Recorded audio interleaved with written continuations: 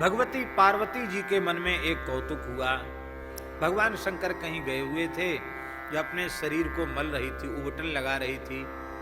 यद्यपि भगवती जगदम्बा उनमें मैल कहाँ से आया, पर ये उनकी लीला थी। उबटन लगा रही थी तो मैल निकल रहा था, उसको उन्होंने इकट्ठा किया, एक मूर्ति बनाई और साक्षात भगवती जगदम्बा जिसको अपने हाथ से बनावें और दयार्द्र दृष्टि से देखें, उसमें चेतना क्यों ना आवेगी। उस उनके श्रीअंग के उबटन से, मैल से निर्मित हुआ पुरुष तत्काल बड़ा हो गया, विशालकाय हो गया। और उसने प्रणाम करके कहा, माताजी आपने मुझे बनाया है, उत्पन्न किया है, मैं आपका सेवक हूं, आपका बालक हूं, आप मेरी माता हैं, आप हमें आज्ञा दें मैं क्या आपकी सेवा करूं।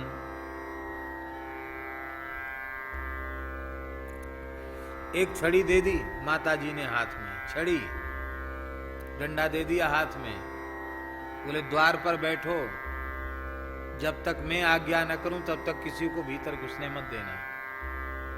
गणेश जी को द्वारपाल बना दिया। तब तक भगवान शिव, शिव पुराण के अनुसार भगवान शिव आए। भगवान के प्रधान गण नंदीश्वर आदि भीतर जाना चाहते थे, गणेश जी ने रोक दिया। अरे शंकर जी ने भेजा, लो किसी ने भेजाओ, जब तक भीतर से आज्ञा नहीं होगी तब तक हम नहीं भीतर भेज सकते हैं। शंकर जी ने कहा, कैसा एक नया गण आ गया है जो तुम लोगों को भी नहीं पहचानता, तुम लोग इतने सीनियर हो।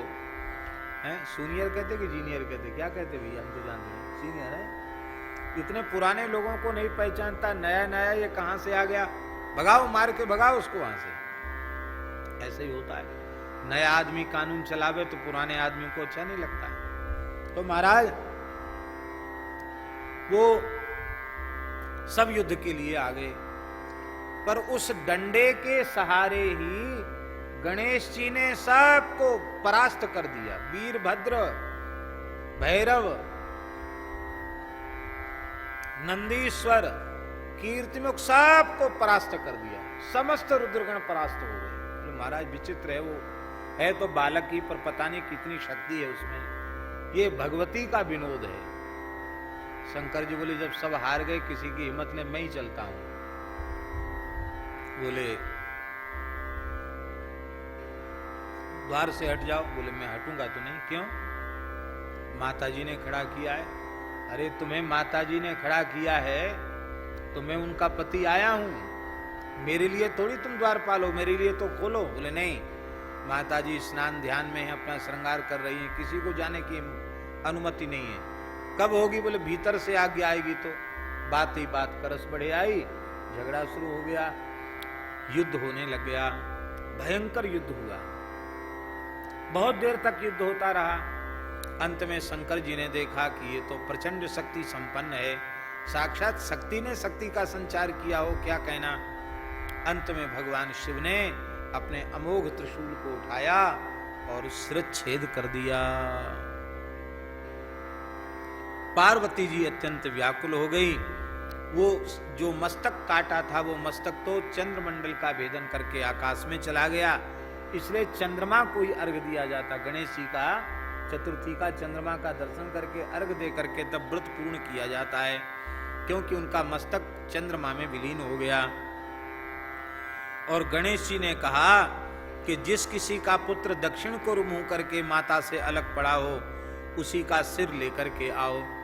और भगवान शिव के गण लेकर के, एक हथनी ने अपने बच्चे को छोड़ रखा था, वो दक्षिण मुख होकर के लेटा था, उसका मस्तक शंकर जी ने जैसे ही धड़ पर रखा, अपनी करुणा भरी दृष्टि से देखा तो गणेश जी जीवित हो गए। बोलो गणेश जी भगवान की। और फिर भगवान शिव ने पार्वती के सहित उनका अभिषेक किया, उत्सव मनाया और उनको प्रथम पूज्य होने का आशीर्वाद प्रदान कर दिया। पद्म पुराण में भी इसी प्रकार की मिलती जुलती कथा है। इसमें एक विलक्षण बात पद्म पुराण में ये लिखी है कि भगवती पार्वती ने अपना उबटन सुगंधित तैल आदि से निर्मित पुरुष की आकृति बनाई और मुख अपने आप ने हाथ से ही हाथी का मुख बनाया।